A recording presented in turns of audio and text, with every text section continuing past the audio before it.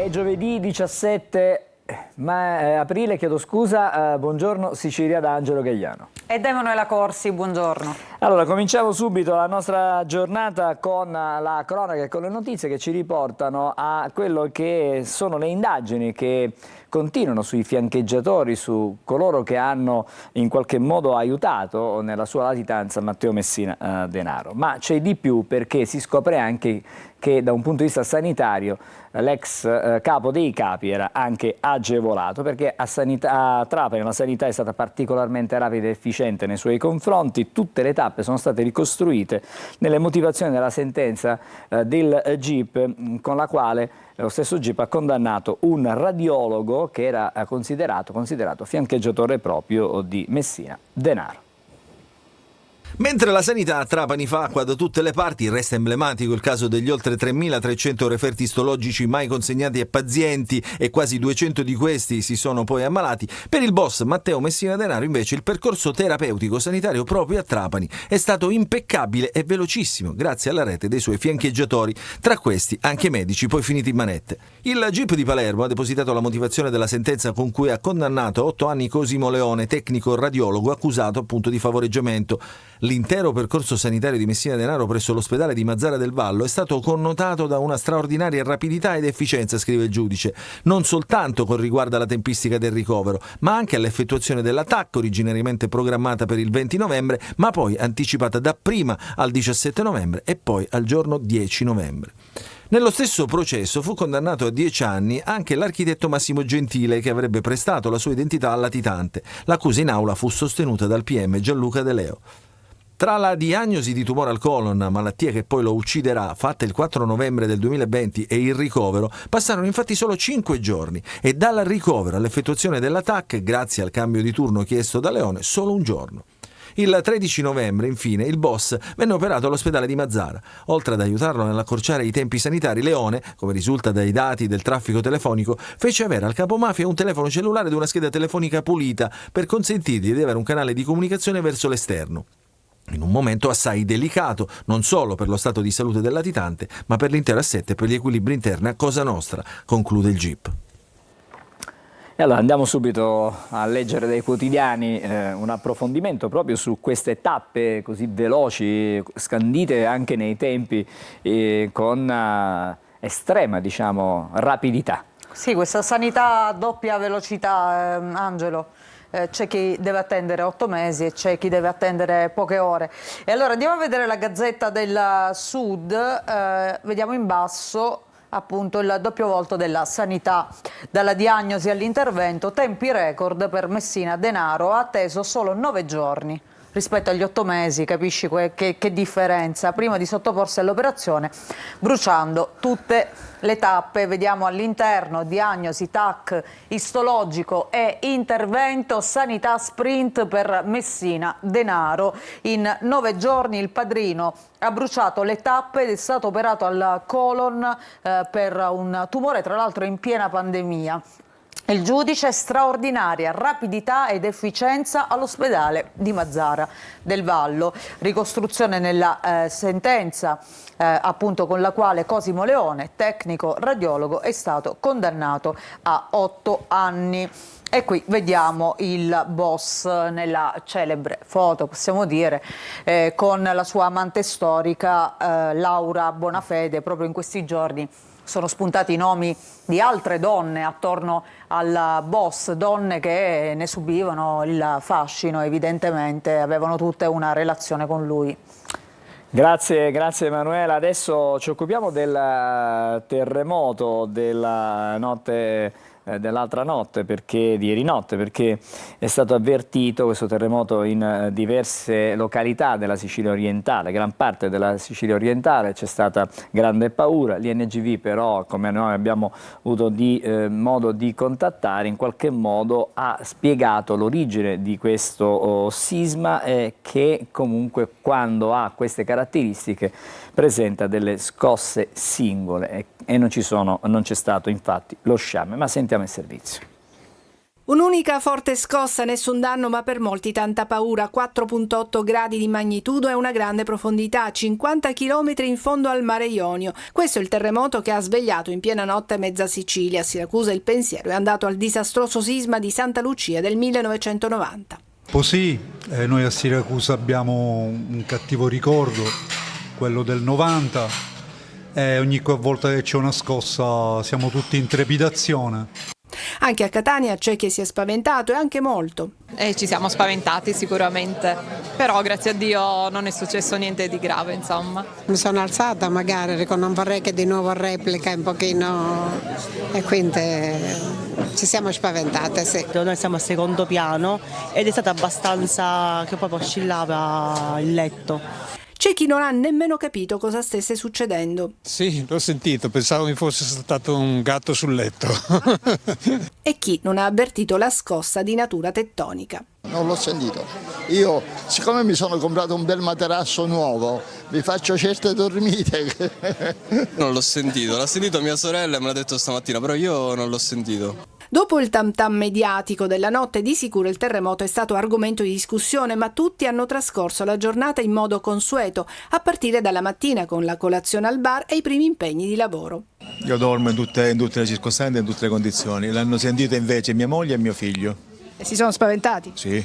Dall'INGV rassicurano questo tipo di terremoti non sono seguiti da sciami sismici. Allora Emanuela, cosa dicono questa mattina gli approfondimenti sui No, punti io ero di più che altro incuriosita dal tipo di materasso che ha comprato quel signore. Perché, sì, perché per fare queste dormite, guarda, Angelo, dovremmo attivarci anche noi. Allora, vediamo la Sicilia di oggi. C'è un'intervista a Marco Neri, dirigente di ricerca dell'INGV, a proposito appunto di questo terremoto. Dice l'Etna non c'entra, è un altro sisma, il terremoto appunto avvenuto nella Mar Ionio. Il vulcanologo ha detto è stato distante e profondo con un'intensità importante come quello di Fleri nel 2018, ma di origine tettonica, quindi è da escludere un coinvolgimento appunto dell'attività dell'Etna, perché è diciamo un terremoto che è avvenuto lungo una faglia che è parte che attraversa anche Malta. E poi vediamo un virgolettato, appunto non è stato un terremoto etneo di origine tettonica, sviluppato lungo il fondale marino dello Ionio e generato dalla frattura della crosta terrestre con una sismicità dovuta al movimento delle placche tettoniche. Per l'appunto l'epicentro è stato abbastanza lontano, almeno 80-100 km di distanza nel Mar Ionio a sud della Calabria. Ciò ha fatto sì che l'onda sismica sia arrivata alla nostra popolazione con un po' di ritardo. Grazie. Allora, adesso siamo a Catania perché c'è stato un furto nel quartiere Picanello, nella sede dell'associazione Vita 21, e sono state rubate le colombe realizzate dai ragazzi con sindrome di Down, il servizio. Inquietante, vigliacco, cattivo, brutale, meschino. È difficile trovare anche un aggettivo per la vile irruzione e il conseguente furto messo in atto ai danni dell'associazione Vita 21, che si occupa di inclusione sociale e sostegno alle famiglie con figli con sindrome di Down. Ignoti si sono introdotti nella sede di via Verzini, al quartiere di Picanello, per arraffare tutto quello che si poteva prendere, dal PC al televisore, dalla scopa elettrica al frullatore, elettrodomestici donati per consentire una serena permanenza agli ospiti della struttura. E fa male sapere che sono state rubate anche una trentina di colombe fatte dai ragazzi con sindrome di Down, il cui ricavato sarebbe servito per autofinanziare la stessa associazione. È stato sicuramente un colpo al cuore, perché non ci aspettavamo, anche perché oltre ad aver rubato elettrodomestici vari di poco conto, hanno rubato le colombe Volio, che facevano parte di un progetto di avviamento e di preparazione al lavoro per ragazzi con disabilità cognitiva. Ne è rimasta soltanto una? Ne è rimasta soltanto una, che facciamo vedere qua. Evidentemente ci hanno voluto graziare, lasciandoci in qualche modo il ricordo. E c'è anche una notizia bella, quale? C'è una notizia bellissima, tantissime persone si sono già fatte avanti per ricomprare gli elettrodomestici, per darci aiuto economico e per far sì che Cosa 21 possa velocemente dimenticare questa brutta parentesi. Tuona il presidente del secondo municipio, Claudio Carnazza. Si ravvedano questi indegni, questi esseri inutili che hanno compiuto questo vile gesto. Da queste parti non è proprio una buona Pasqua. E la notizia la riprendiamo dal quotidiano La Sicilia. Sì, Picanello, rubate le colombe dei ragazzi. Down, il furto appunto a casa 21, sottratti nella notte tra lunedì e martedì vari elettrodomestici e un centinaio di dolci pasquali servivano proprio all'associazione Vita 21 per finanziarsi, ma erano soprattutto parte di un progetto di avviamento al lavoro.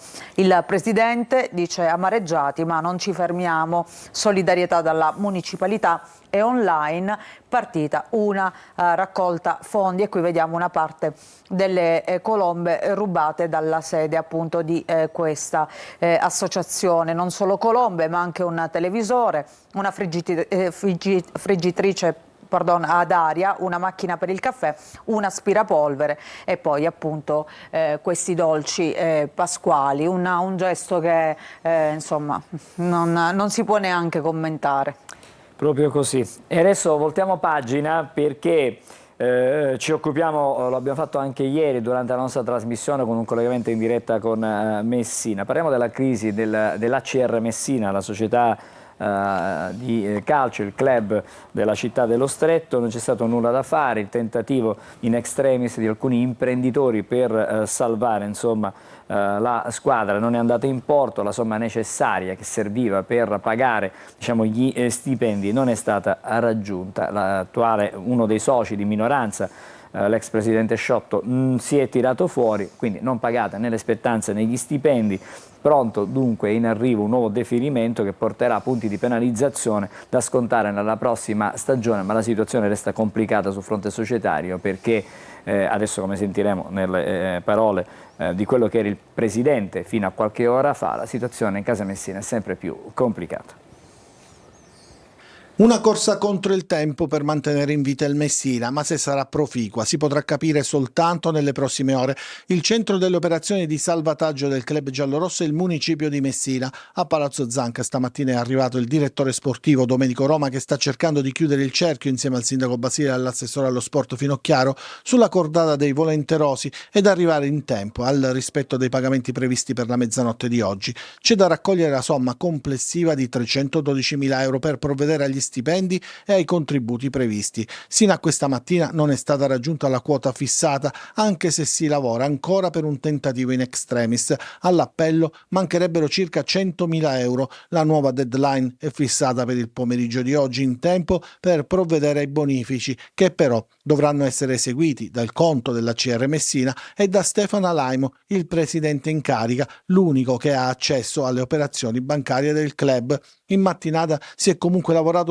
sulle operazioni burocratiche, come la lista degli IBAN bancari per i versamenti, così da farsi trovare pronti nel pomeriggio, ma tutto dipenderà dal raggiungimento della quota fissata. In realtà poi ci sono stati degli aggiornamenti che adesso andiamo a vedere dai quotidiani, con la Gazzetta del Sud che ce l'ha in prima pagina, se non sbaglio. Ce l'ha nel taglio basso, vediamo Messina, un autogol quasi fatale, corsa vana per saldare le scadenze, ultima speranza in campo, ma sarà un'impresa tenere in piedi il club. Nulla di fatto, leggiamo, il Messina non ha ottemperato alle scadenze federali appunto di ieri, svanito il piano d'emergenza varato dal sindaco Basile, non raggiunta la quota di 312.000 euro. Speranze residue ora in mano alla squadra, che senza aver ricevuto gli stipendi avrà 2 gare per raggiungere i play-out e per giocarsi la permanenza. Un'impresa come quella che servirebbe poi per tenere in vita una società penalizzata e indebolita. Questa è la situazione appunto del club. Intanto vediamo le altre notizie. Sulla prima pagina della Gazzetta del Sud si torna a parlare del femminicidio di Sara Campanella, il coltello ritrovato nelle vicinanze dove è avvenuto appunto l'omicidio. Il femminicidio non è quello adoperato da Argentino. E quindi ancora si cerca l'arma appunto che è stata utilizzata dal ragazzo per uccidere la 22enne. E poi vediamo, sarà l'avvocato Ciccio Rizzo a guidare i porti dello Stretto. Eoliano, 50 anni, è dirigente nazionale di Fratelli d'Italia. Andiamo a vedere ancora omicidio di Forcisicolo, uccise l'amico poliziotto, inflitti 15 anni a Nucifora. Per questo omicidio sparò 5 colpi di fucile sul lungomare del Centro Ionico il 2 ottobre del 2023.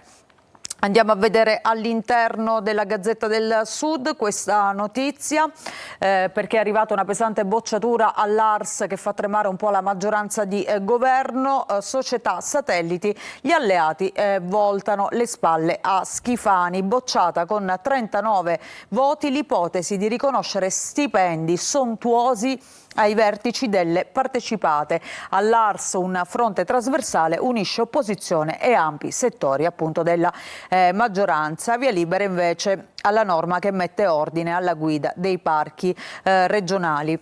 Andiamo a vedere la prima pagina di Repubblica Palermo. Ecco qui, a proposito di questa bocciatura, stop agli aumenti per i manager. La maggioranza boccia Schifani. Con il voto segreto non passa all'ARS la proposta del governo, caccia ai franchi tiratori. Approvata la proroga fino al 30 giugno della sanatoria per i morosi del bollo auto, quindi ci sarà la possibilità appunto di mettersi in regola con il cosiddetto stracciabollo, che era stato fissato fino ad aprile, però adesso c'è stata questa estensione, quindi questa proroga fino al 30 di giugno.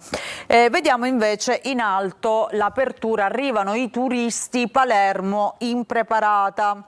E poi l'ascesa di Trapani grazie ai voli low cost, questo per quanto riguarda il turismo, tra poco vediamo. E un'altra notizia che vi faccio vedere dalla prima pagina riguarda il Bayesian. Intanto è iniziato il processo in Inghilterra per appunto fare luce su quanto sia accaduto, ricordiamo durante questo naufragio dove sono morte 7 persone, tra cui il magnate Mike Lynch, appunto proprietario del Bayesian.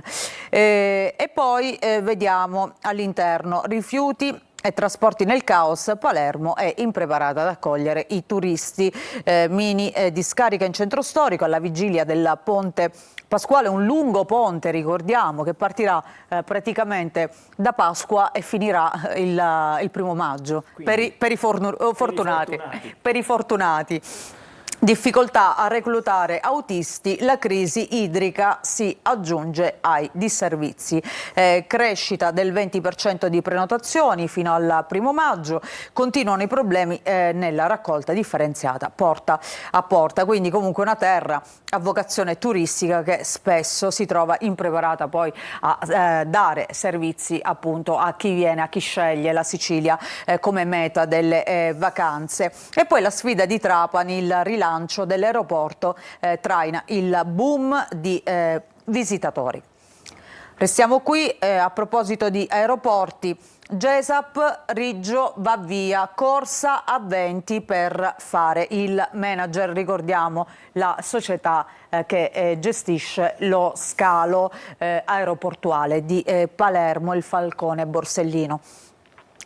Vediamo altre notizie, sempre all'interno di Repubblica Palermo di oggi, dalla prima pagina, gettoni più alti per i manager, il no dell'ARS che manda in tilt la maggioranza, l'Aula boccia la norma sulle società regionali con voto segreto, caccia ai franchi tiratori del centro-destra.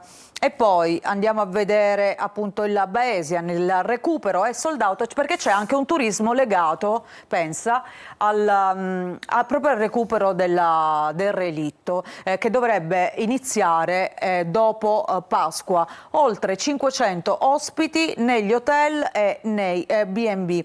Arriveranno da Stati Uniti, Canada, Gran Bretagna, Germania, Francia e da tutta Italia per assistere proprio alle complesse operazioni di ripescaggio del veliero che è naufragato nelle acque di Porticello, ricordiamo, nel Palermitano. Andiamo a vedere il Giornale di Sicilia. in apertura, Ars governo impallinato sugli aumenti ai manager, bocciato nettamente con voto segreto il rialzo delle indennità agli amministratori delle società partecipate della Regione, soddisfatte le opposizioni, impedita una vergogna. Maggioranza in frantumi sulla proposta dell'assessore Dagnino. E poi anche qui vediamo per gli arretrati stracciabollo, arriva la proroga sino al 30 giugno. Vediamo la sanità efficiente in Sicilia per quanto riguarda invece Messina Denaro, il GUP sanità rapida ed efficiente per il boss. Per Messina Denaro la TAC anticipata di 10 giorni, l'intervento fu immediato. Le motivazioni della condanna che ha portato appunto a 8 anni di detenzione per Cosimo Leone, il tecnico radiologo. Abusi su una bimba, condanna a 10 anni per la cronaca, violenze in casa sulla cuginetta di 8 anni da parte di un giovane. Per questo il ventenne incensurato è stato condannato dal GUP a 10 anni e 8 mesi di reclusione. La sentenza è arrivata al termine del processo celebrato con il rito abbreviato. Andiamo a vedere la prima pagina della Sicilia e vediamo Far West, la notizia in primo piano, corse clandestine di cavalli nel Catanese. Interrotta sfida a Castiglione di Sicilia, video virale sulla scorta armata ai fantini al galoppo nella zona di Passo Martino. Andiamo a vedere, ecco qui, questa inchiesta della Sicilia. Incappucciati e armati scortano fantini e cavalli lanciati a folle corsa. Un video virale mostra l'ennesima competizione clandestina sulle strade etnee e qui vediamo appunto alcuni frame di questo video. Qui c'è la pista abusiva, la SP69 che è stata teatro del duello condiviso sui social e sotto c'è anche il vincitore che taglia il traguardo, ricordiamo, di una corsa naturalmente illegale. Grazie Emanuela, fra poco torniamo da te per leggere i quotidiani, quelli nazionali, e cercheremo di capire quali sono le attese per questo incontro tra la nostra Premier Meloni e Donald Trump nel pomeriggio alle 18 ora italiana. Ci sarà prima comunque un pranzo. Adesso invece, come ogni mattina, ci colleghiamo con la Polstrada, il compartimento della Sicilia orientale. Siamo a Catania oggi con l'ispettore Giuseppe Gambareri. Buongiorno ispettore. Buongiorno a lei, buongiorno a tutti i telespettatori. Diamo subito uno spaccato della situazione delle nostre strade ordinarie e delle autostrade di nostra competenza. Partiamo proprio dalla 18, dalla Messina Catania, che a causa di un cantiere appunto si segnalano delle code nei pressi dello svincolo acireale in direzione Catania. Anche sulla 18 di Ramazione della tangenziale di Catania si segnalano traffico intenso in direzione Siracusa e rallentamenti sulla 18 di Ramazione allo svincolo di San Gregorio in direzione Catania Centro. Anche sulla 18, sulla catena Siracusa, tratto tra Avola e Cassibile in direzione nord, quindi Siracusa, rimane aperto ma persiste il divieto di transito ai mezzi pesanti con massa a pieno carico superiore a 7,5 tonnellate. Sulla 19, sulla catena Palermo, persiste la chiusura dello svincolo di Enna, ingresso e uscita in direzione Palermo, e l'uscita consigliata per raggiungere Enna è appunto, come segnalato tutte le mattine, appunto lo svincolo di Mulinello o di Taino. Sulla SS 121 rallentamenti tra Piano Tavola e Mister Bianco, direzione Catania, quindi traffico intenso e in lento movimento. Abbiamo sulla SS 192 Valle del Dittaino appunto lavori per demolizione della parte superficiale del ponte Dittaino lungo la SS 192, quindi si consiglia agli utenti in transito lungo la strada statale 192 di utilizzare il percorso alternativo dallo svincolo di Agira sull'autostrada 19 fino al successivo appunto di Catena Nuova. Con questo è tutto, come tutte le mattine raccomandiamo a tutti gli utenti della strada massima prudenza, di utilizzare sempre i dispositivi di sicurezza, quindi la cintura di sicurezza, il casco, e di rispettare i limiti di velocità. Grazie. Grazie, una buona giornata e un buon lavoro a voi. Adesso invece diamo uno sguardo al traffico nella città di Catania. Come sempre la nostra telecamera è su via Vincenzo Giuffrida, sia in ingresso che in uscita dalla città, traffico abbastanza sostenuto, ma chiaramente nei limiti, considerato anche l'ora di punta. Le scuole oggi sono chiuse, quindi il traffico è leggermente più snello, sembrerebbe più snello. Ci fermiamo, breve sosta e poi la lettura dei quotidiani nazionali con Emanuela Corsi.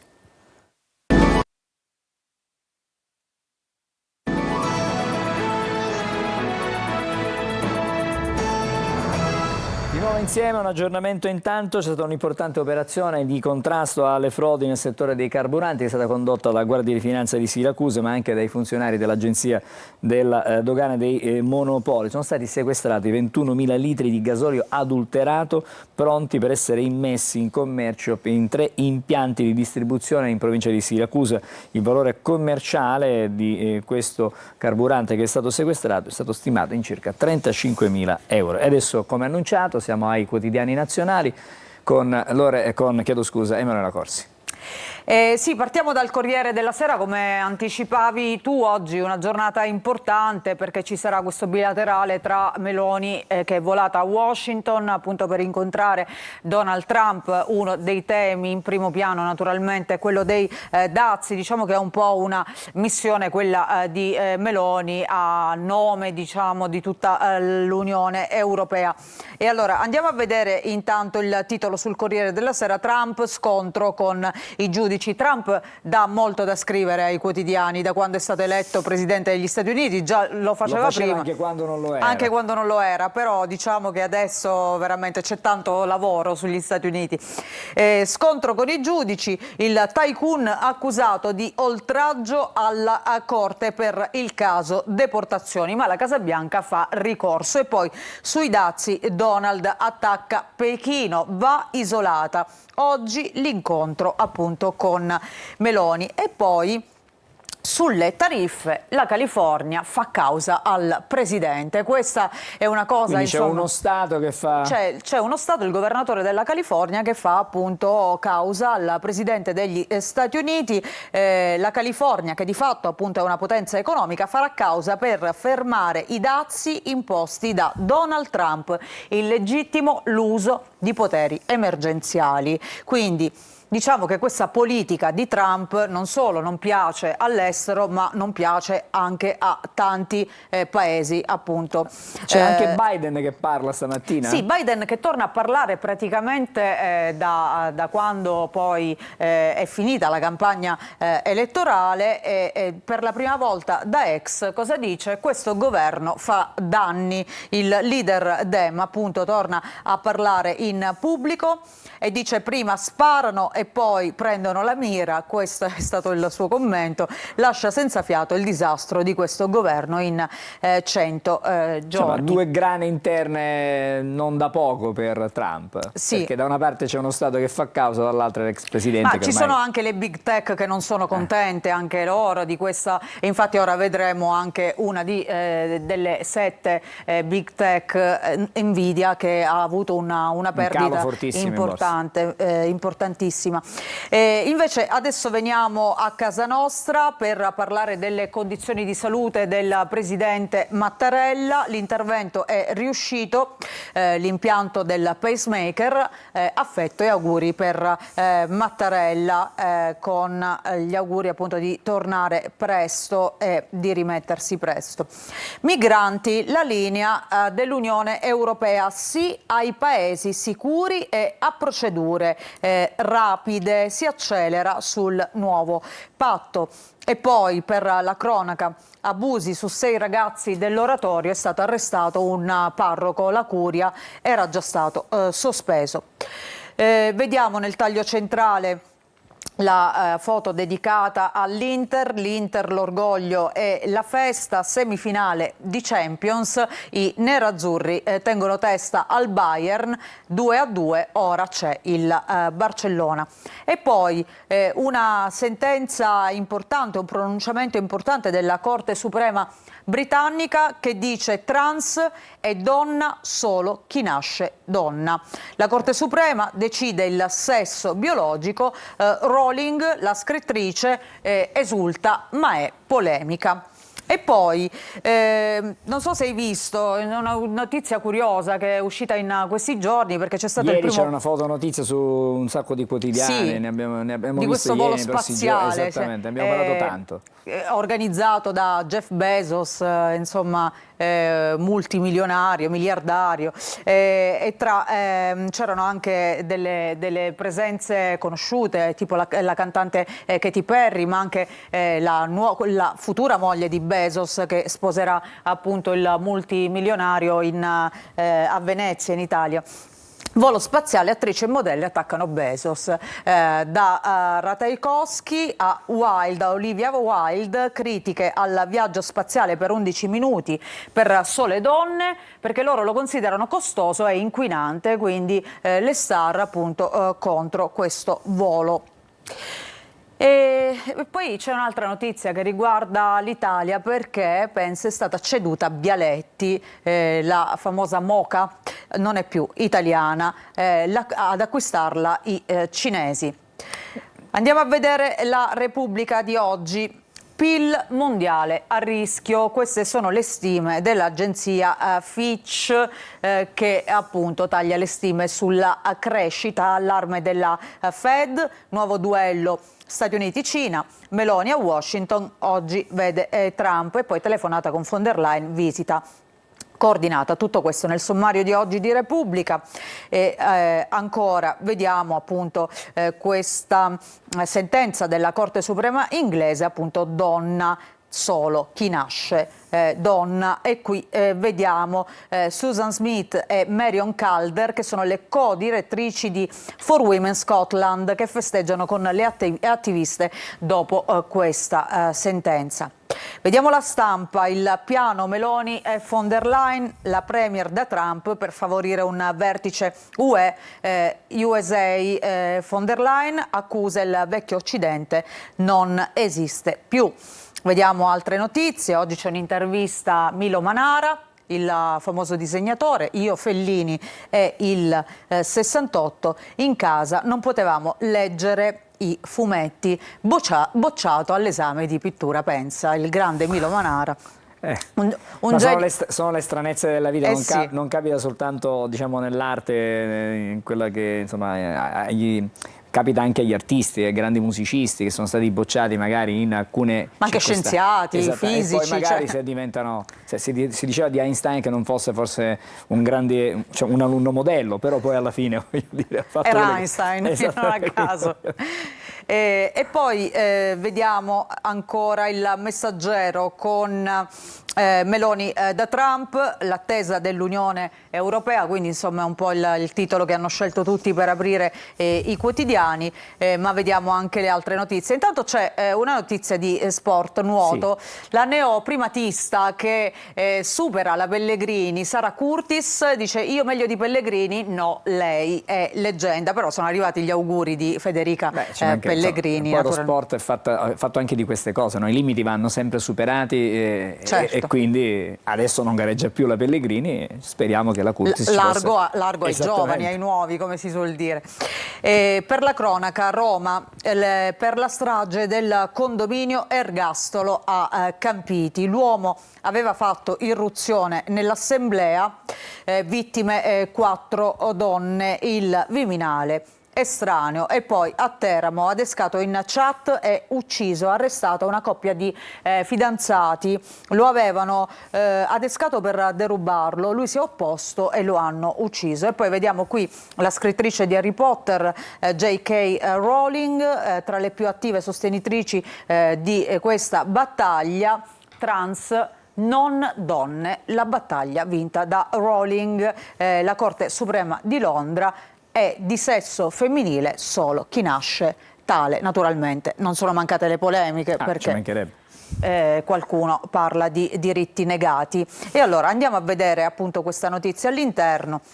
La vittoria del partito, così scrive oggi la stampa di Rowling. La Corte Suprema accoglie il ricorso di For Women Scotland, vale solo il sesso alla nascita. La creatrice di Harry Potter, salvaguardati i diritti delle giovani. Che poi questo è un tema, visto che prima parlavamo di sport, che si estende anche al settore sportivo, perché molte volte non si sapeva come dover... alle ultime Olimpiadi ce ne è stato uno che ha riguardato poi una nostra atleta, una pugile italiana, che si è scontrata con una ragazza Iman Khelif, esattamente, algerina, però poi alla fine...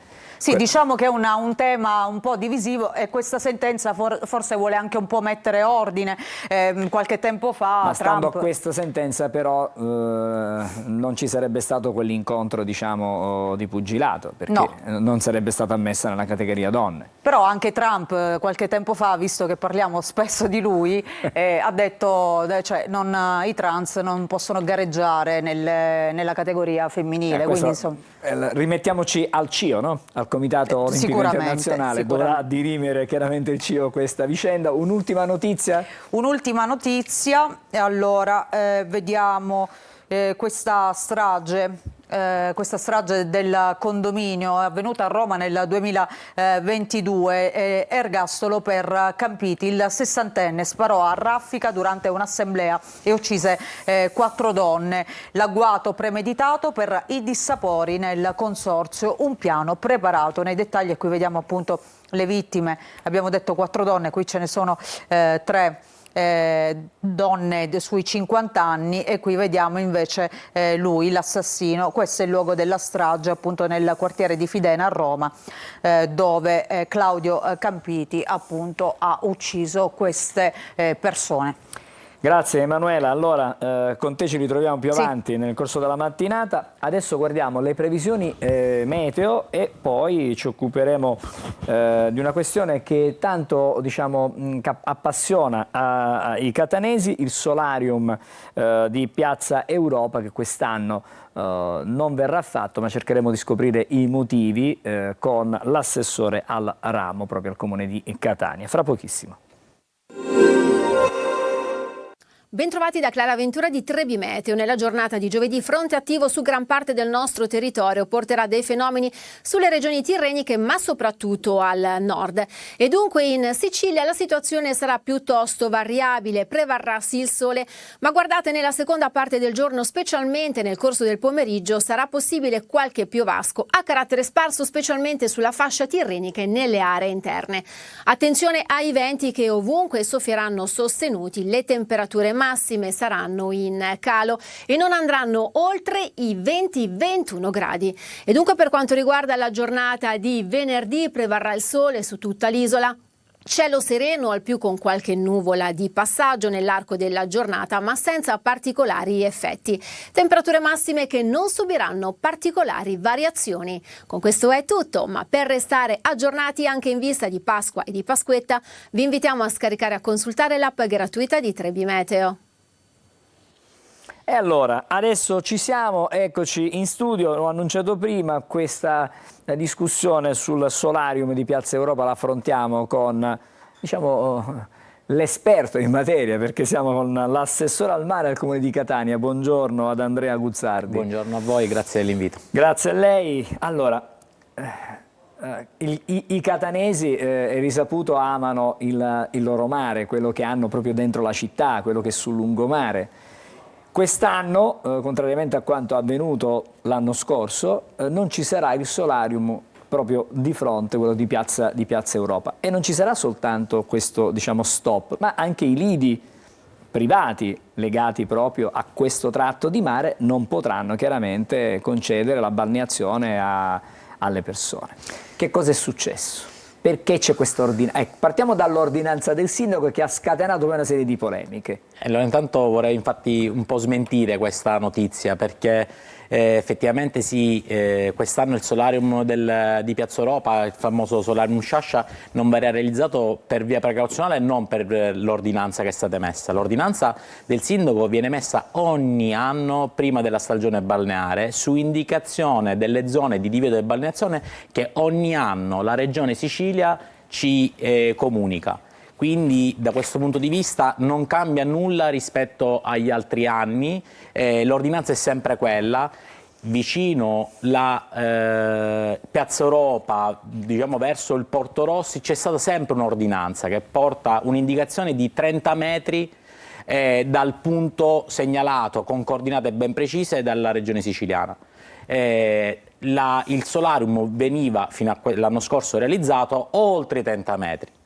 L'altra questione riguarda invece, quindi nessun cambiamento, noi non facciamo questa in solarium per motivi precauzionali, visto i vari esposti che vi sono stati l'anno scorso, oltre le chiazze che noi stessi abbiamo potuto notare, per motivi precauzionali fino a quando l'ente, che è un altro ente, non il Comune di Catania, ci dà certezza che il mare è sicuro in quella zona, noi lì lo costruiremo, perché non dimentichiamoci che quelli sono soldi dei catanesi e quindi non vanno sprecati. Allora, quest'ente che deve dare, diciamo, l'ok sulla balneabilità del mare, qual è quest'ente? L'ente non deve dare l'ok sulla balneabilità, perché quello è l'ASP che comunque ogni anno fa le analisi anche nei punti dove c'è il divieto di balneazione. L'ente che si occupa del canale sotto Piazza Europa è il commissario per le acque, che comunque non è di competenza né comunale né regionale, ma è sovraordinata. Quindi attendiamo il commissario che ci dia notizie certe se ho una soluzione su quello che è venuto l'anno scorso in Piazza Europa. Adesso io le faccio una domanda che potrebbe essere interpretata, ma allora che cosa facciamo, avvocato del diavolo? Ma se per caso questo ente dovesse dire sì, ok, per noi non ci sono problemi, non c'è questo, diciamo, questo rischio. Ecco, mettiamola così. Sì. Che cosa succede? Si mette in moto una macchina in extremis, attenzione, per rimettere il solarium, oppure per quest'anno, a prescindere? Per quest'anno, a prescindere, noi apriremo solo 2 solarium. Ricordiamo sempre che l'anno scorso vi era, 2 anni fa, vi era il solarium Sciascia, vi era il solarium di San Giovanni Licuti, che era una piccola passella per disabili. Dall'anno scorso sono stati realizzati il solarium di San Giovanni Licuti ben più grande, ed è stato realizzato un solarium del nautico che è di oltre 2000 metri quadrati, che negli altri anni, negli ultimi 4-5 anni non c'era, che è stato tra l'altro il più frequentato dei catanesi. Noi stiamo vedendo qualche immagine intanto dei solarium che vengono realizzati poi ogni anno a Catania. Qui, se non sbaglio, siamo a San Giovanni Licuti. San Giovanni Licuti. Quindi da questo punto di vista non vi è nessun problema, con una cosa in più, che vi è un errore che è stato ahimè detto: non c'entra il divieto di balneazione con gli altri lidi che non vengono fatti. Quella è un'ulteriore competenza che non è neanche lì comunale, ma è del demanio marittimo, quindi appartenente ad oggi fino a quando il PUDM non verrà approvato dal Comune di Catania, è competenza regionale. Questo termine cosa significa? È il piano, è la pianificazione urbanistica del demanio marittimo. Perfetto, perché ci sono diverse pianificazioni urbanistiche. Sì, questa riguarda proprio la costa e il mare. La costa del mare, ecco. Dico, fino a quando non verrà approvato, la competenza, come negli anni precedenti e da sempre, è competenza regionale, e lì ci sono delle concessioni scadute che dei privati non hanno rinnovato, o varie altre situazioni che non riguardano completamente il Comune di Catania. Anzi, al Comune dispiace perché alcuni sono stati abbandonati con lidi semi abbandonati, e se si vede c'è un po' di inquinamento di ex lidi che sono stati chiusi, concessione finita, e la Regione non ha mai sollecitato l'intervento di riqualifica. Quindi, insomma, rassicuriamo comunque i catanesi che amano il mare che ci saranno 2 solarium. Sì. Questo è certo. E rassicuriamo che i divieti di balneazione sono sempre quelli stati nei vari anni precedenti, e l'ordinanza del sindaco viene fatta sulla base di un decreto che ce ne ha mandato noi dalla Regione Sicilia, dove ci indica anche la coordinata perfetta e il punto in cui noi dobbiamo installare solo i cartelli. Allora, qui chiarito, speriamo una volta per tutte questo argomento. Parliamo di playa. Sì. No, andiamo alla playa, perché non fisicamente, però insomma anche quello, insomma, è uno spazio amato dai catanesi, che in qualche modo lo frequentano anche in altre circostanze. Ad esempio, siamo vicini alla Pasquetta, siamo vicini al 1° maggio, e allora a che punto siamo? Perché chiaramente le spiagge libere sono chiuse in questo periodo. Sì, le spiagge libere sono chiuse. Come per i solarium abbiamo indetto una gara per la costruzione proprio dei solarium, delle strutture che partiranno i lavori proprio questa settimana, se non già da oggi o domani, partiranno la costruzione, quindi l'apertura del cantiere. Per le spiagge libere il lavoro è molto più semplice della costruzione del solarium. Già da inizio maggio verranno pulite le spiagge e nel mese di maggio, entro la seconda, spero terza settimana, verranno installati i famosi chioschetti con i servizi base, quindi bagni e docce.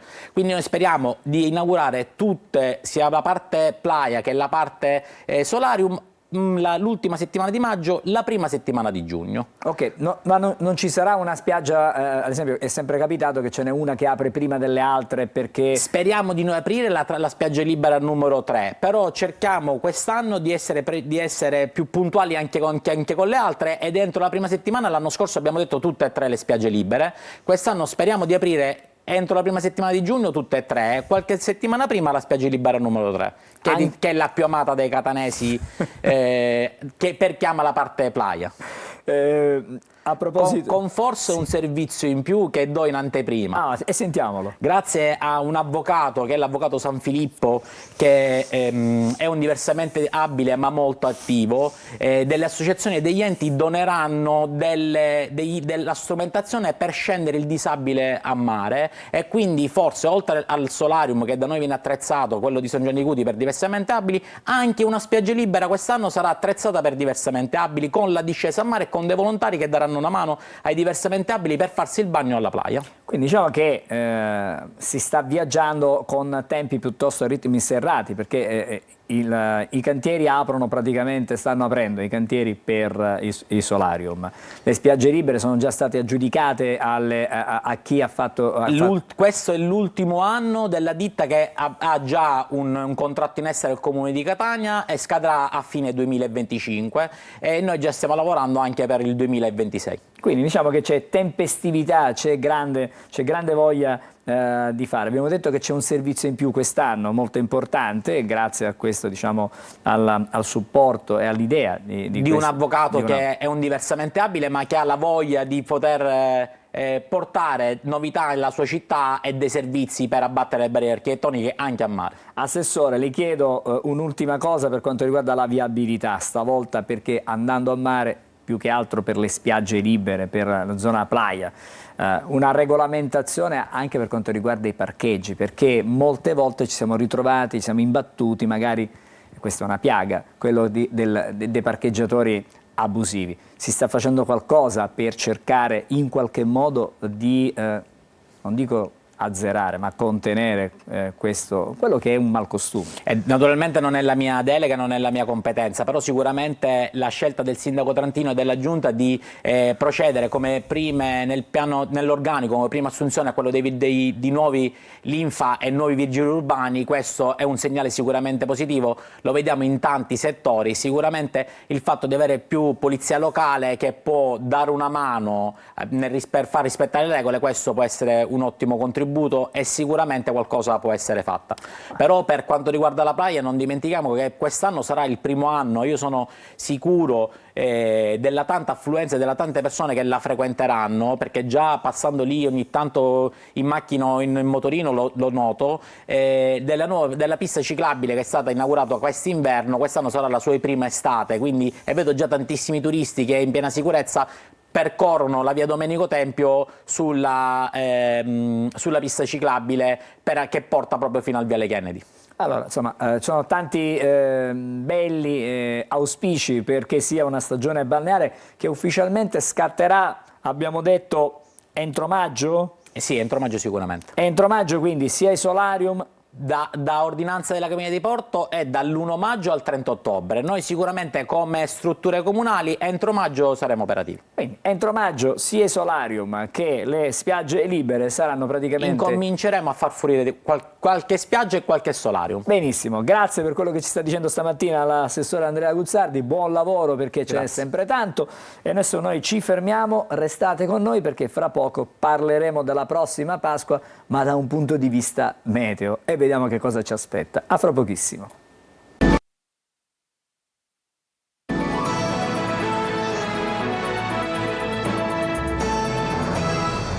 allora, di nuovo insieme a Buongiorno Sicilia, come annunciato, adesso parliamo di Pasqua, ma da un punto di vista meteo. Per questo c'è un esperto con noi. Buongiorno a Daniele Ingemi.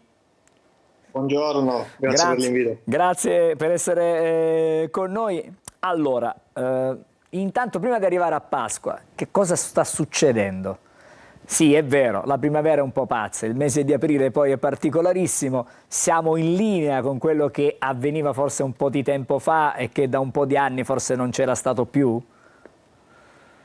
Beh, diciamo che tutto sommato sì, siamo in linea con quello che è il carattere della primavera, perché noi spesso abbiamo una falsa percezione di primavera pensando che sia il simbolo del bel tempo, del tepore, del clima soleggiato. In realtà la primavera è un mix di elementi, perché essendo una stagione di transizione che gradualmente ci accompagna dall'inverno verso la bella stagione, è caratterizzata da varie sfaccettature. La primavera può essere anche simbolo di stabilità, di variabilità, quindi di questa continua alternanza fra momenti soleggiati alternati al passaggio di annuvolamenti, ad acquazzoni, a temporali localizzati. Quindi diciamo che l'evoluzione meteorologica che abbiamo visto in questi ultimi giorni rappresenta un po' il carattere della primavera. L'unica differenza sta nel fatto che comunque stiamo notando una estremizzazione di determinati fenomeni, non solo dal punto di vista precipitativo, ma anche dal punto di vista delle temperature. Ad esempio noi ad inizio aprile siamo stati interessati da una, seppur veloce, ma significativa avvezione di aria fredda che ha spinto le temperature su valori ben al di sotto della media stagionale, che è stata subito seguita invece da aria molto calda proveniente dal Sahara, che ha fatto schizzare i termometri anche oltre la soglia dei 30 gradi tra il messinese e il palermitano verso la metà del mese di aprile. E nel corso dei prossimi giorni assisteremo ancora a questa altalena termica, a questo continuo, a questa diciamo estrema variabilità del tempo. Va detto che la perturbazione nordafricana che fino alle scorse ore ha interessato l'isola, portando anche qualche temporale, qualche pioggia mista a questa polvere desertica tipica quando abbiamo delle situazioni con venti meridionali, quindi scirocco, ostro, venti che vengono dal Sahara, tenderà ad allontanarsi. In queste ore c'è una circolazione di bassa pressione purtroppo abbastanza profonda che sta interessando il centro-nord. La Sicilia verrà sfiorata e a partire dalla giornata di domani, quindi dal venerdì santo fino al giorno di Pasqua, il tempo andrà gradualmente a migliorare. Sulla Sicilia si aprirà un periodo diciamo un po' più tranquillo, con un cielo che spazierà dal poco nuvoloso al parzialmente nuvoloso, quindi avremo ampi spazi soleggiati e un clima decisamente più mite, con delle temperature massime che raggiungeranno valori di 20-21 gradi un po' su tutte le città dell'isola a livello del mare. Però va detto che durante le ore serali il termometro scenderà, arriveremo a valori di 13-12 gradi, quindi avremo questa ampia escursione termica che è tipica della stagione primaverile. Ingemi. Va detto che questo... Sì, volevo, allora abbiamo detto che tutto sommato la giornata di Pasqua sarà una bella giornata con ampi spazi di soleggiato su tutta l'isola. Sì. È possibile invece che a Pasquetta questo scenario così stabile possa mutare, nel senso che probabilmente la Sicilia potrebbe essere spaccata in due. Sto dicendo bene oppure no? Esattamente così, perché appunto questa fase più tranquilla si interromperà proprio nel giorno di Pasquetta, perché dalle ultime proiezioni dei modelli matematici sembra che un'altra perturbazione atlantica, questa volta di origine atlantica, dopo aver raggiunto la Sardegna, nel corso della giornata di Pasquetta si avvicinerà all'isola, come possiamo vedere appunto da questa animazione, e appunto potrebbe determinare dell'instabilità soprattutto nella seconda parte della giornata, in particolare sui settori tirrenici, quindi sul settore settentrionale dell'isola, dove ci sarà la possibilità di assistere a delle piogge, anche a degli acquazzoni a carattere sparso, quindi non diffuso, che però potranno rovinare la Pasquetta soprattutto sulla parte più settentrionale dell'isola, e nelle ore centrali del giorno, nel primo pomeriggio, degli annuvolamenti improvvisi si vedranno anche sulle aree più interne e potranno dare origine a qualche precipitazione, però ripeto, si tratta di precipitazioni a carattere sparso, spesso anche abbastanza localizzate, quindi non un maltempo o un'instabilità diffusa, però è chiaro che questa variabilità atmosferica, che ripeto, tipica di una stagione di transizione come la primavera, potrà rovinare in parte la giornata di Pasquetta. Il vento mi pare che stia in questo momento scemando, stia calando, stia andando a diminuire, questo vento di scirocco che ha caratterizzato le ultime giornate. Sì, lo scirocco che fino a poche ore fa ha soffiato con raffiche che hanno raggiunto addirittura velocità di 90-100 km/h su alcuni settori dell'isola, soprattutto sull'area del Messinese, sta andando a scemare. Ora entreranno dei venti più freschi di ponente. Sotto questo punto di vista, comunque, anche per Pasqua e Pasquetta avremo una ventilazione debole al più moderata, non avremo problemi di questo tipo e i mari si renderanno prevalentemente poco mossi o al più leggermente mossi al largo, soprattutto il Tirreno nel corso della giornata tra Pasqua e Pasquetta. Però non abbiamo appunto delle condizioni meteo marine avverse come abbiamo avuto in questi ultimi giorni, con i mari che si sono resi addirittura agitati e addirittura anche localmente molto agitato il canale di Sicilia. In estrema sintesi, insomma, godiamoci la giornata di Pasqua, che sarà bella, diciamo. Pasquetta, magari chi va verso le zone settentrionali dell'isola, quella costa tirrenica, un ombrello dietro l'angolo. Ecco, sì. non guasta assolutamente. E a questo punto non posso non chiedere, capisco che non si possono fare previsioni a lunga scadenza perché il meteo, insomma, è molto, insomma, dopo 48 ore valgono poco le previsioni, insomma, tendenzialmente. Sì. Gli esperti dicono questi, quelli bravi, no? E quindi un esperto come Daniele Ingemi ci può confermare questa cosa qui. Però che cosa è successo? Che cosa ci aspetta? La bella stagione, quando ce la dobbiamo aspettare? Il cambiamento di stagione quando effettivamente avverrà? Dopo diciamo, la prima settimana di maggio, oppure ci dobbiamo aspettare ancora qualche, insomma, un po' di instabilità nell'aria? Quando arriva l'estate, insomma? Prima abbiamo parlato delle spiagge che aprono insomma, a Catania e quindi apre la stagione balneare, quindi cosa ci dobbiamo aspettare? Per vedere una maggiore stabilizzazione dell'atmosfera alle nostre latitudini dobbiamo aspettare l'arrivo del mese di maggio. Statisticamente già dalla metà di maggio, metà fine maggio, l'anticiclone delle Azzorre assieme all'anticiclone africano iniziano a raggiungere le latitudini della Sicilia, quindi a raggiungere il Mediterraneo e quindi a portare una maggior stabilizzazione atmosferica e quindi a giornate sempre più soleggiate e sempre più calde. Però va detto che quest'anno stiamo assistendo ad una circolazione atmosferica a livello generale, quindi a livello proprio continentale, emisferico, che è orientata a lunghi meridiani, cioè abbiamo questi scambi meridiani continui tra il polo e i tropici. Questa situazione, secondo le tendenze climatologiche a nostra disposizione, dovrebbe andare avanti da qui fino alla prima, massimo seconda decade del mese di maggio, dopodiché avremo una maggiore stabilizzazione. Sul Mediterraneo l'anticiclone delle Azzorre inizierà a sostare con maggior vigore e a tenere lontano le perturbazioni atlantiche che già in questo periodo dovrebbero interessare più l'Europa centrale e l'Europa settentrionale. Quindi sostanzialmente per l'arrivo della bella stagione dovremo pazientare ancora qualche settimana, ma come ogni anno arriverà e appunto ci ricorderà che l'estate sarà a un passo, a un tiro di schioppo. Già da maggio, da giugno, luglio in Sicilia poi l'estate scoppia nel vero senso della parola, con giornate calde, con temperature che raggiungono di 30 gradi e quindi appunto saranno le tipiche giornate da passare, da trascorrere al mare. Ingemi, semplicemente siamo già in ritardo, però una domanda gliela devo fare. Che cosa è successo? Il Niño o la Niña? Che cosa sta succedendo nelle correnti che poi condizionano il clima, diciamo, a livello mondiale, a livello globale? È successo qualcosa? C'è stata una variazione?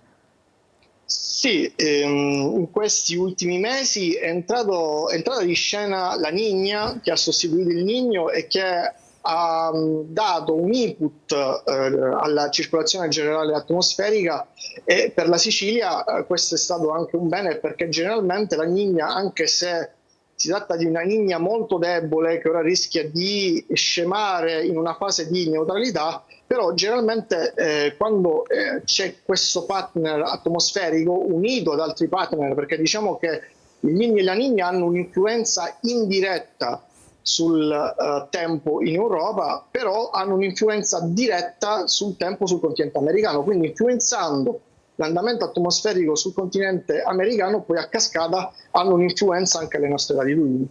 Diciamo che la Niña sicuramente ha avuto un ruolo su quest'inverno che è stato abbastanza piovoso, soprattutto per la Sicilia orientale, dove finalmente sono tornate le piogge che hanno definitivamente fatto finire questo ciclo siccitoso che si portava avanti da diversi anni. Però volevo anche ricordare che questi fenomeni atmosferici su ampia scala hanno decisamente un ruolo, ma poi ci sono anche altri fattori che contribuiscono assieme a plasmare quella che è la circolazione atmosferica. Di sicuro quest'anno ha aiutato molto anche un vortice polare che diciamo poi nel corso della stagione invernale è rimasto parecchio disturbato, quindi ha permesso il passaggio di una serie di ondulazioni atmosferiche che hanno fatto scivolare le perturbazioni sul basso Mediterraneo, sull'area diciamo attorno alla Sicilia, e quindi queste perturbazioni poi hanno favorito queste precipitazioni che sono state anche molto abbondanti sulla Sicilia orientale, perché sono state accompagnate da venti dei quadranti orientali, e queste sono appunto quelle situazioni sinottiche meteorologiche che poi portano le grandi piogge sulla Sicilia orientale. Grazie a Daniele Ingemi, che ci ha dato un quadro generale non solo della Pasqua ma per quello che succederà nelle prossime settimane. Buon lavoro ancora, una buona giornata. Grazie. Adesso noi ci fermiamo e fra poco parleremo di altro, parleremo di innovazione al femminile.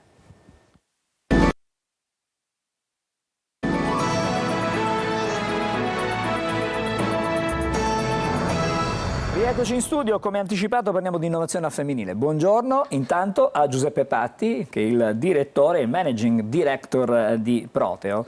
Buongiorno a lei e buongiorno agli ascoltatori. Cos'è Proteo intanto?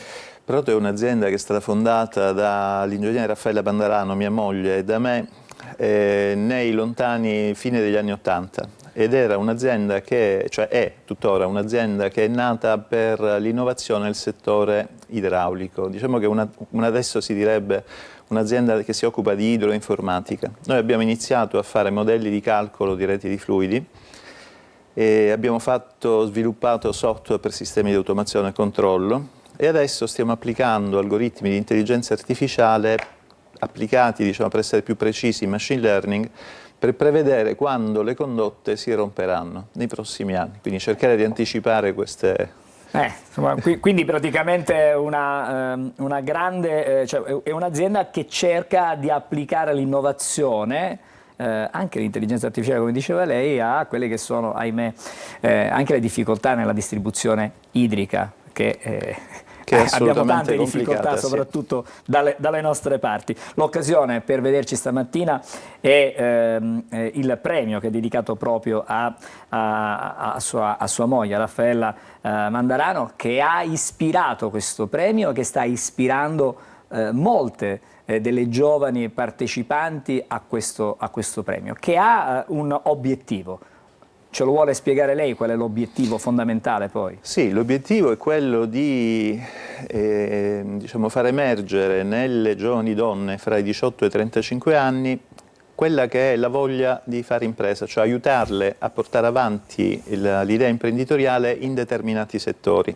Quindi nel settore della ricerca scientifica nel campo medicale, nel settore dell'idroinformatica, nel settore delle energie rinnovabili e nella produzione di gas come idrogeno, ossigeno, e quindi una volta selezionate le candidate, queste candidate vengono vagliate da una giuria di esperti, di professionisti, e la vincitrice riceve sostanzialmente un percorso di innovazione, di incubazione e di supporto allo sviluppo dall'idea fino al finanziamento, con un piccolo premio aggiuntivo che serve anche per insomma, fa sempre comodo per le spese di costituzione della società e tutto il resto. Quindi vengono portate queste candidate, poi chiaramente la vincitrice, proprio presa per mano e introdotta nel mondo del lavoro. Introdotta nel mondo del lavoro, e l'ambizione anche, diciamo, noi facciamo parte come Proteo, in particolare Raffaella Bandarano,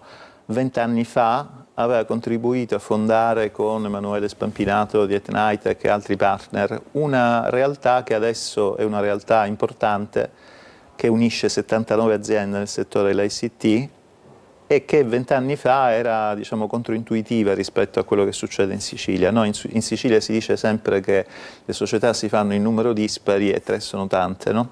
Invece noi siamo riusciti a mettere insieme e a stare insieme, che è ancora più difficile. 79 sono un bel numero. Sì, adesso sono su tutta Italia, assolutamente, diciamo, le dimensioni, per darle un'idea, come fatturato aggregato siamo sui 420 milioni di euro, quindi siamo una realtà, diciamo, importante. Il premio è denominato Linfa, chiedo scusa, e in qualche modo si rifà alla dea romana delle acque. Sì, perché per noi l'acqua è l'elemento, diciamo, fondamentale. Allora, guardi, stamattina vorrei sentire, ma un frammento è il messaggio che ha lanciato la prima vincitrice, la vincitrice dello scorso anno.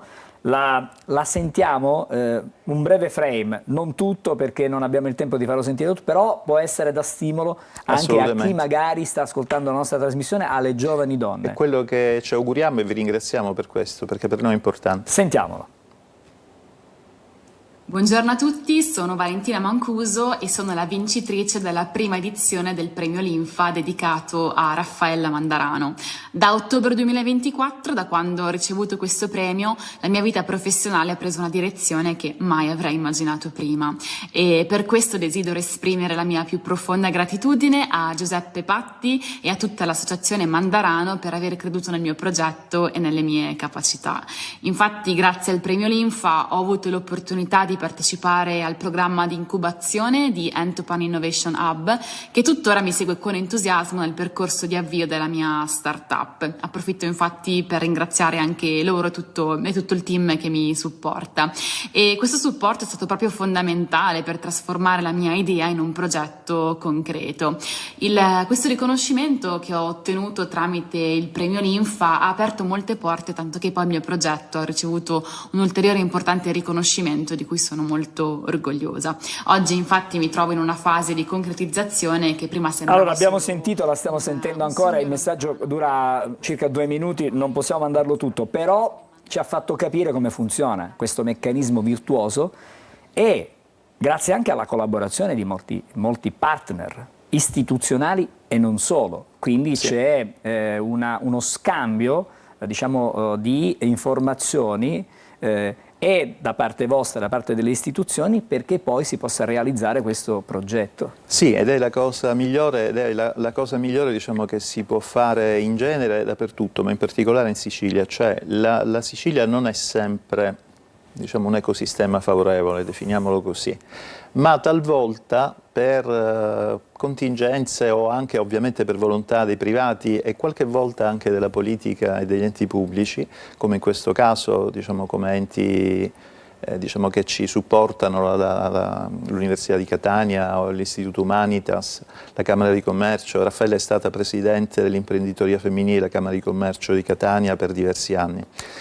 E quindi in questi casi si crea un diciamo, uno scopo, un sentire comune. È una sorta di network che si mette in moto, no? Si mette in moto, sì, io lo definisco, diciamo, un ecosistema in cui accogliere queste nuove aziende, cioè l'idea è come se fosse, se vogliamo dire, una specie di nursery per aziende, in cui alla fine queste aziende che all'inizio hanno, diciamo, delle idee, dei semi, vengono di fatto aiutate a crescere e messe in condizione di operare in un contesto più favorevole. Questa ragazza che ha vinto è un PhD in psicologia comportamentale, ha sviluppato un'applicazione su realtà virtuale per l'individuazione precoce dell'Alzheimer piuttosto che della demenza senile. È già stata contattata da una importante azienda farmaceutica nazionale, da un istituto clinico nel Maryland e al di là di qualunque aspettativa ci aspettiamo di avere, diciamo, la fortuna di poter accompagnare allo sviluppo altre aziende femminili come la sua. Si aprono orizzonti praticamente inimmaginabili. Assolutamente. Perché a un certo punto, lei mi diceva prima che si era trasferita al nord, adesso sta pensando seriamente di ritornare qui da noi, sì, dalle nostre parti, quindi diciamo è in qualche modo riprendersi i cervelli? Riprendersi i cervelli è uno dei nostri obiettivi, perché infatti non è, diciamo, il premio è aperto, quindi ci rivolgiamo ai siciliani di cuore, oltre che ai siciliani che sono qui. C'era una cosa, diciamo, che volevo dire che è importante, che è l'ultimo progetto che ha sviluppato Raffaella.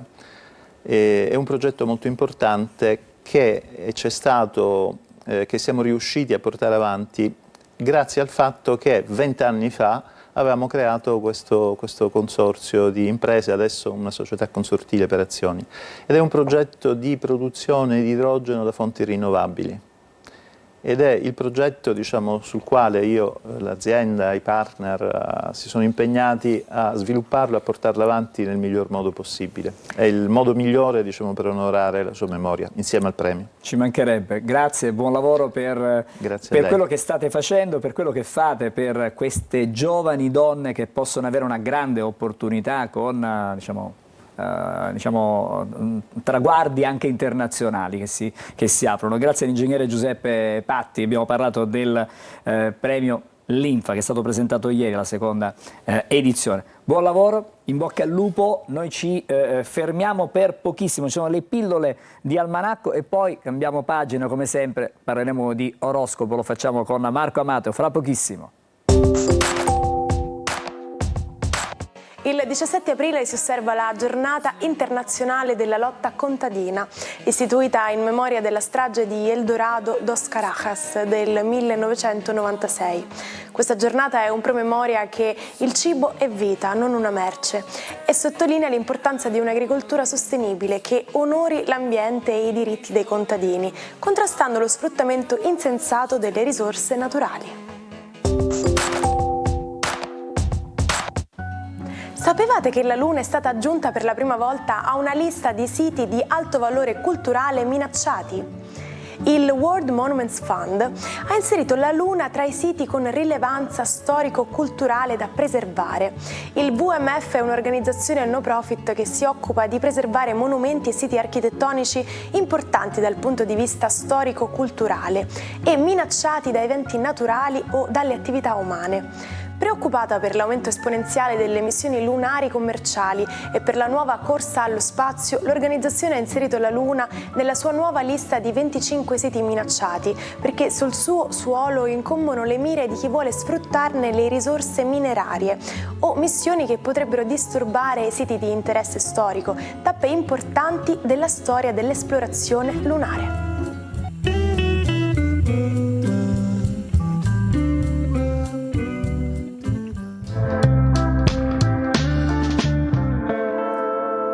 Dalla Luna alle stelle, prima abbiamo sentito le pillole del nostro almanacco. Buongiorno a Marco Amato.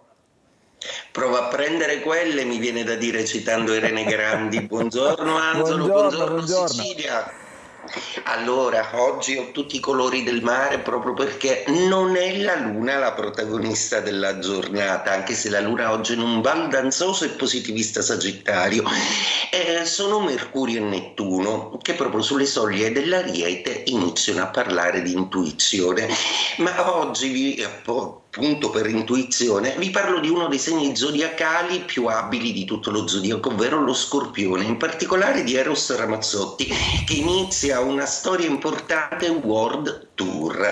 Ebbene, a parte una carrellata di tappe che hanno a che fare con tutto il pianeta, Eros decide di ripartire proprio da casa Juventus. Sarà proprio negli stadi italiani, in particolare in quello dove si allena la Juventus, in cui inizierà questo magnifico tour.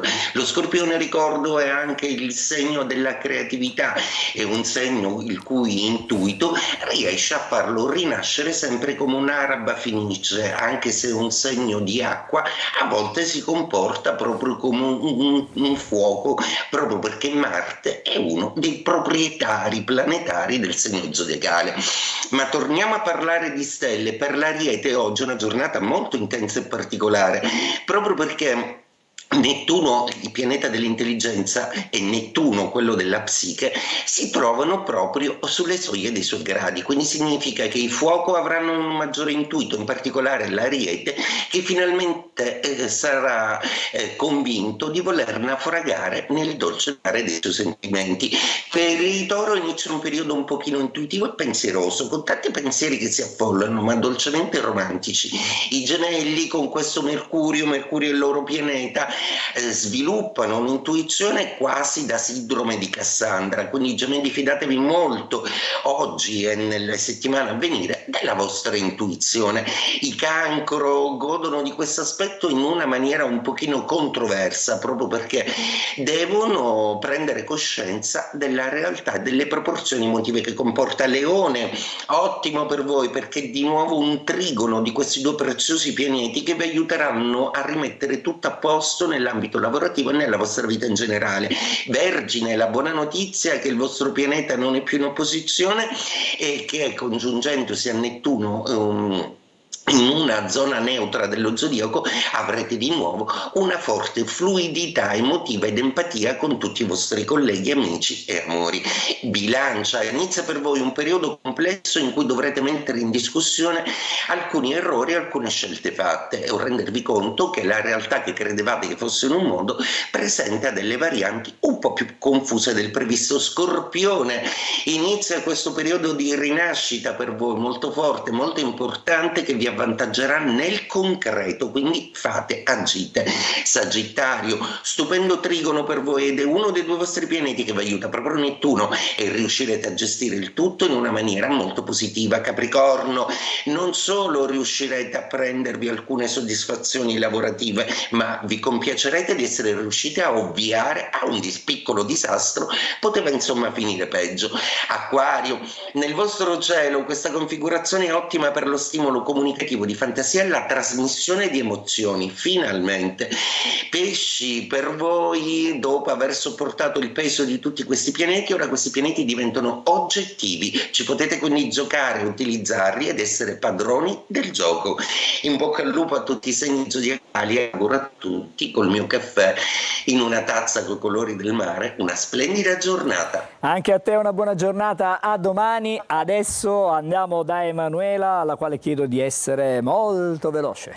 Allora, vediamo dalla stampa un'intervista a Ben Affleck che dice: ho studiato per recitare nel ruolo di un autistico, e poi l'AI, l'intelligenza artificiale, non sostituirà gli attori. Lui sta tornando con The Accountant 2 dopo il secondo divorzio da Jennifer Lopez. Bene. Dice: attenzione morbosa per la mia vita privata, ma ora penso solo a me. E poi velocemente il 1° maggio il concertone naturalmente di Roma, tra i protagonisti anche un po' di Sanremo, perché ci saranno sul palco Lucio Corsi e Gabri Ponte. Grazie Emanuela, a domani con Buongiorno Sicilia. Anche a tutti voi ci lasciamo con Victoria Beckham. Grazie a tutti, una buona giornata.